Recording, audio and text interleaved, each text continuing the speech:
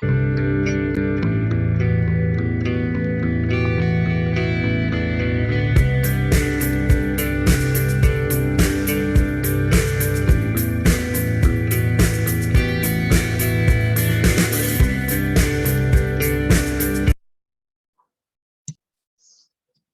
alaikum viewers, welcome back to my channel. I am glad that you tune in with me, and today I'm going to talk about section C reading. ये इलामा Iqbal open university की compulsory English 1 है जिसका code है 1423।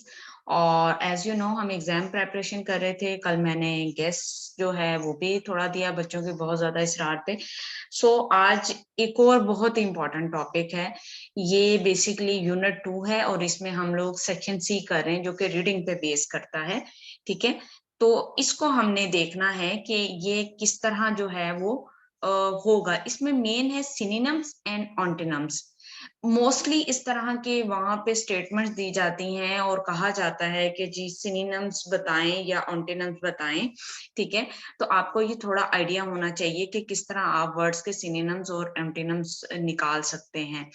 और कहते हैं what are synonyms और antonyms. ये बेसिकली होते क्या हैं? Synonyms are words with similar और आइडेंटिकल मीनिंग। एक जैसे मीनिंग या आइडेंटिकल यानी कि मिलते जुलते मीनिंग्स जो होते हैं वो सिनोनिम्स कहलाते हैं। और एंटोनिम्स क्या होते हैं? Antonyms are words with opposite meaning, mean के उसके उल्ट जो मीनिंग होते हैं। तो इसमें ये देखें, यानी कि मुतरादिफ एक जैसे अल्फाज और मुतजाद ऑपोजिट अल्फाज जो होते हैं, वो बेसिकली इसका पूरी थीम है। तो आपने इनको निकालना कैसे? आप तभी से निकाल सकते हैं जब आपको उनके मीनिंग्स पता हो, आपको उनका आइडिया हो।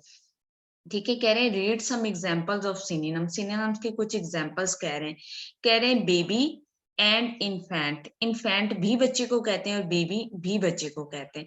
स्टूडेंट भी बच्चे को कहते हैं, पीपल भी जो है वो बच्चे को ही, मतलब स्टूडेंट तालिब इल्म को ही कहते हैं। प्रिटी प्यारा होना, खूबसूरत। अट्रैक्टिव भी प्यारा और खूबसूरत के मायने में आता है। स्मार्ट होना मीन स्मार्ट और इंटेलिजेंट दोनों ज़हीन के मायने में यूज किए जाते हैं, तो इसलिए ये सिनोनिम्स एक जैसे हैं। सिक बीमार और इल, ये भी बीमार के लिए यूज होता है। फनी और ह्यूमरस, फनी भी मजाहिया होता है, ह्यूमरस भी मजाहिया होता है। डाइड मर जाना, एक्सपायर्ड मर जाना, ये दोनों चीजें एक जैसी मीन हम ये दोनों ही वर्ड्स जो हैं वो यूज करते हैं, लेकिन हमें इनका पता होना चाहिए। मीनिंग्स पता होंगे तो हम फाइंड आउट कर पाएंगे। सो नेक्स्ट हम देखते हैं, यहाँ एक और एग्जांपल दी गई हुई है। यहाँ पे पिक्चर है एलिफेंट्स की। वो कह रहे हैं the elephants are huge. Elephant क्या है? बड़े हैं। द एलिफेंट आर इनोमरस, ये भी बड़े के मीनिंग में आता है, बड़ा होना शेप में। ठीक है, ह्यूज भी बड़े होने के मीनिंग में आता है। सो ये हमारी एक तो वोकैबुलरी को भी इम्प्रूव करते हैं, दूसरा हमें हमारी उसमें राइटिंग में जो है वो एक स्टाइल भी लेके आते हैं और एक अच्छा इम्पैक्ट लेके आते हैं। नेक्स्ट हम देखते हैं जी, वो कह रहे हैं read some examples of antonyms. अब यहाँ एंटोनिम्स के एग्जांपल्स हैं मीन जो ऑपोजिट वर्ड्स होते हैं। कहते हैं डेड अलाइव। डेड होता है मुर्दा और अलाइव जिंदा। नियर होता है नजदीक एंड फार होता है दूर। देखिए ऑपोजिट मीनिंग जा रहे हैं। वॉर क्या है? जंग है। और पीस क्या है? अमन है। ठीक है, ट्रिमेंडस एंड अवेफुल। ठीक है, अब यहाँ पर ये जो आपको ट्रिमेंडस और अवेफुल के मीनिंग दिए, ट्रिमेंडस होता है अच्छा होना, जबरदस्त होना, और ऑफुल होता है खौफनाक होना। ठीक है, तो ये दोनों ही ऑपोजिट मीनिंग्स में यूज हो रहे हैं। नेक्स्ट यहाँ आपकी बुक में कुछ पिक्चर्स दी गई हैं और साथ उनके जो हैं वो आपको पिक्टोरल फॉर्म में समझाया गया। यहाँ देखिए प्रिटी है तो एक प्यारी सी डॉल सी गुड़िया सी बनाई हुई है उन्होंने, और अगली में एक मॉन्स्टर सा बनाया हुआ है। ठीक है, तो प्रिटी होता है प्यारा होना, अगली उसका ऑपोजिट है यानी कि बदसूरत होना। अब यहाँ एक जो है वो इमोजी दिया हुआ है, स्माइल दी हुई है। वो कह रहे हैं हैप्पी क्योंकि ये जो है वो स्माइल दे रहा है, और यहाँ पे देखें इसका फेस नीचे की तरफ है तो ये सैड है। खुश होना और सैड ये ऑपोजिट उसके मीनिंग आ रहे। फिर अब ये देखें ये क्या है? ये शिवरिंग हो रही है, से कोल्ड ठंडा है, सर्दी है। और ये क्या है? इसमें से स्टीम निकल रही है, और ये क्या है? आयरन है, ये हॉट है। ठीक है, तो इस तरह ऑपोजिट मीनिंग जो है वो एंटोनिम्स और एक जैसे मीनिंग्स क्या है वो सिनोनिम्स है।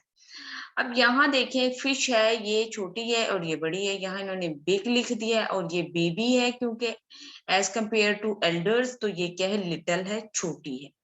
अब ये क्या है, वो उन्होंने फ्लावर पकड़े हैं, तो ये क्या, काइंड है, ये जरा गुस्से से देख रही है, एंग्रीनेस है, तो ये क्या है, मीन है। ठीक है, ऑपोजिट है, काइंडनेस का ऑपोजिट मीन सेल्फिश होना। ठीक है, आगे क्या है, स्टार्ट होना है, गाड़ी यहाँ से स्टार्ट है क्योंकि ये स्टार्टिंग पॉइंट है, और यहाँ देखें फिनिश लाइन पे, ये फिनिश के लिए एक वो उन्होंने साइन और सिंबल है। तो वो स्टार्ट क्या होता है, आगाज होना, फिनिश क्या है, किसी चीज का एंड होना। नेक्स्ट वो कह रहे हैं जी लूज, ठीक है, खो देना, और ये क्या, फाइंड, किसी का मिलना। ये उदास है, खो रहा है, देख रहा है चीजों को कि किधर है, कोई चीज इसकी खो गई, और ये खुशी से, एक्साइटमेंट से जो है शाउट कर रहा है, तो इसे क्या, फाइंड, इसे मिल गया है। सो आपने व्यूवर्स देखा किस तरह हम सिनोनिम्स यानी कि एक जैसे अल्फाज को हम ढूंढ सकते हैं, ऑन्टिनम और उसके ऑपोजिट अल्फाज को। अब यहाँ इसी टॉपिक से रिलेटेड आपको एक्सरसाइज दी गई है, जो कि है एक्सरसाइज नंबर 10। तो हम एक्सरसाइज नंबर 10 को देखते हैं। वो कहते हैं here is a synonyms exercise, ये सिनोनिम की एक्सरसाइज है। इन ईच सेंटेंस, हर सेंटेंस में there is word printed in bold followed by 3 choices. वो कह रहे हैं हर जुमले में क्या है, बोल्ड वर्ड है। ठीक है जी, और इसके साथ 3 चॉइसेस है, मीन 3 वर्ड्स दिए गए हैं, जैसे यहाँ दिए गए। कह रहे हैं choose the choice which is closest to the meaning of the bold word. कह रहा है जो करीब तरीक मीनिंग में आता है उसको आपने चुनना है। अब हम यहाँ देखते हैं एक्सरसाइज में फर्स्ट सेंटेंस पे वो कह रहे हैं that is a giant ant, ये क्या है, एक बड़ी चूंटी है। अब आप ये देखें इसका मॉन्स्टर का मतलब क्या होता है। मॉन्स्टर का मतलब भी क्या होता है, खतरनाक, जरा खौफनाक किस्म वाली चीजों को हम मॉन्स्टर कहते हैं। ह्यूज क्या होता है, बड़ा।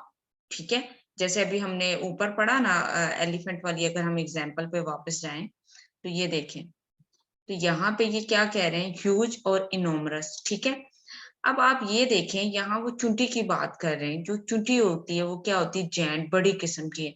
और प्रिटी क्या होना है, प्यारा होना है। अब इसमें करीब तरीन कौन सा आ सकता है।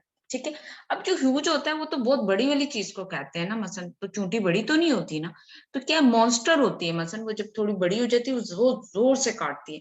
तो इसमें करीब तरीन मीनिंग जो हमें मिल रहे हैं वो मॉन्स्टर के मिल रहे हैं।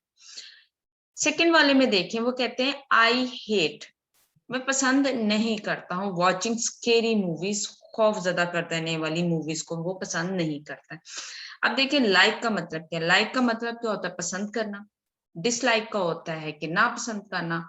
और डिस्पाइस का मतलब भी हेट के मीनिंग में आता है। अगर आप नेट पे जाके इसके सिनोनिम्स देखें ना, डिस्पाइस डिस्पाइस के, तो वो हेट के मीनिंग में आता है। सो जो करीब तरीन है वो डिस्पाइस है। ठीक है, तो इस तरह आपको इजीली चीजों के बारे में इंफॉर्मेशन मिल जाती है कि कौन से एक जैसे मायने रखते हैं। Now in sentence number 3, in sentence number 3 they are saying that we are studying about insects, हम insects के बारे में पढ़ रहे हैं in schools right now, आजकल अपने स्कूल में।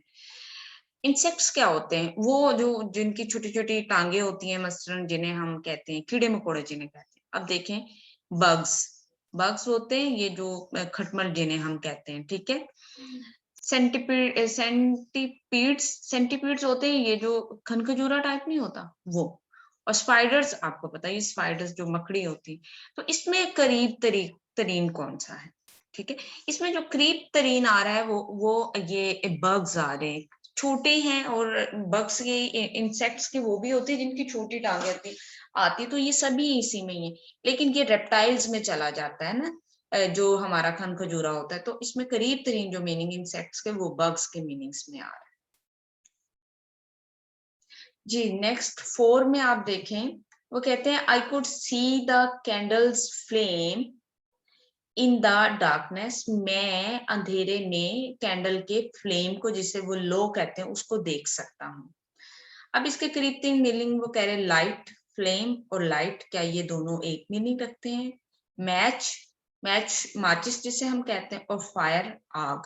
अब देखिए फ्लेम जो होता है ना वो लाइट रोशनी से तो मिलता जुलता नहीं, मैच से भी नहीं, फ्लेम जरूर बनता है लेकिन सेम मीनिंग में नहीं आ रहा। फायर आता है, फायर और फ्लेम जो है वो एक मीनिंग में यूज होता है। तो दीज आर सिनोनिम्स, या करीब तरीन मीनिंग जो है उससे मिलता जुलता वो फायर है। Okay, now move to exercise number 11. Viewers, in exercise number 11, they are saying choose the correct antonym. वो कह रहे हैं कि opposite जो correct हैं उनको चुने of the word printed in bold in each sentence, जो कि हर जुमले में bold तौर पर बताएंगे, जैसे यहाँ dishonest, ठीक है. In sentence number 1, they are saying we are certain that he is dishonest salesman. ठीक है, हमने देखा है कि क्या है, ये एक डिसऑनेस्ट होता है, यानी कि जो दयानतदार नहीं होता, ठीक है, ये बेईमान होता है, वो वाला सेलमैन है. तो वो क्या कह रहा है, ग्रेट. ऑपोजिट इसका देखिए, ग्रेट क्या होता है, अच्छा, बड़ा, अजीम, ठीक है. ग्रेट, सक्सेसफुल, कामयाब, और ट्रूथफुल, सच्चा. अब देखिए, ट्रूथफुल होता है सच्चा, और ऑनेस्ट होता है जो सच नहीं बोलता है, सॉरी डिसऑनेस्ट होता है जो सच नहीं बोलता. तो इसका ऑन्टिनम जो करीब तरीन है वो है ट्रूथफुल, ठीक है, क्योंकि डिसऑनेस्ट जो होता है ग्रेट तो हो नहीं सकता, ना ही वो कामयाब हो सकता है, सक्सेसफुल हो सकता है. In sentence number 2, they are saying he always, वो हमेशा, pays attention, तो वो जो देती है when others are speaking, जब दूसरे बोल रहे हैं.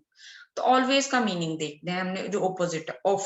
often भी होता है, अक्सर, usually होता है, ये भी अक्सर में आता है जैसे, लेकिन often से निस्बत जरा कम.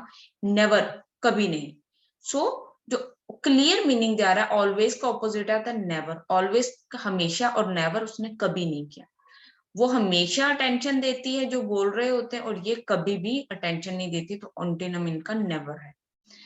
इन exercise, in sentence number 3, they are saying it is important, ये अहम है, that we make a thoughtful decision, कि हम एक थॉटफुल या समझकर फैसला लें.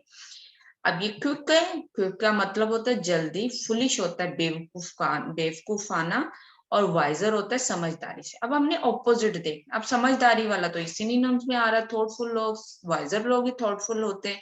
लेकिन क्या आएगा इसका, क्विक भी नहीं आ सकता क्योंकि जल्दी नहीं है, तो क्या आएगा, फुलिश आएगा. मीन के थॉटफुल डिसीजन, मीन के फुलिश डिसीजन वो लेता है, ये इसका ऑन्टिनम्स. सेंटेंस नंबर 4, वो कह रहे हैं Ruby loves to sing and she has a very weak voice. कहता है रूबी जो है वो लव करती है या पसंद करती है गाने को. She is a very weak voice, लेकिन उसकी आवाज क्या है, बहुत कमजोर है. ठीक है, तो सॉफ्ट होता है नरम होनी, ठीक है, लो होता है कम होनी, और स्ट्रॉन्ग होता है पावरफुल होनी. तो अब आप देखें, अब वीक वॉइस किस में आती है, सॉफ्ट में तो नहीं आएगी, लो में आएगी ना. जो लो होगा वो वीक आएगी, तो वो क्या हो गया, सिनोनिम्स हो गए, लो और वीक एक जैसा. ऑपोजिट क्या है, वीक का ऑपोजिट है स्ट्रॉन्ग, ठीक है, क्योंकि सॉफ्ट वॉइस भी जरा लो ही होती है. तो इसका आएगा ऑपोजिट स्ट्रॉन्ग, के she has a very strong voice. Right viewers, तो होपफुली आपको समझ आया होगा कि ऑन्टिनम्स और सिनोनिम्स क्या होते हैं. यहाँ एक और एक्सरसाइज है जो कि एक्सरसाइज नंबर 12 है, ठीक है. ये भी इसी चीज पर जो है वो बेस करती है, लेकिन ये एक्सरसाइज हम कल करेंगे. होपफुली आपको जब इसकी बेसिक समझ आ जाएंगी तो फर्दर एक्सरसाइज करनी आपके लिए आसान हो जाएंगी. सो viewers, thank you so much for being with me. मुझे बहुत अच्छा लगता है आपसे इंटरेक्ट करना. स्पेशली मैं थैंक्स बोलूंगी उन तमाम व्यूवर्स का जो मुझे कमेंट करते हैं. और जो है, अगर आपको लेक्चर्स अच्छे लग रहे हैं, एग्जाम्स की प्रेपरेशन में हेल्पफुल हैं, तो please subscribe my channel and share with others as well, and keep with me. Thank you so much. Allah हाफिज फॉर नाउ.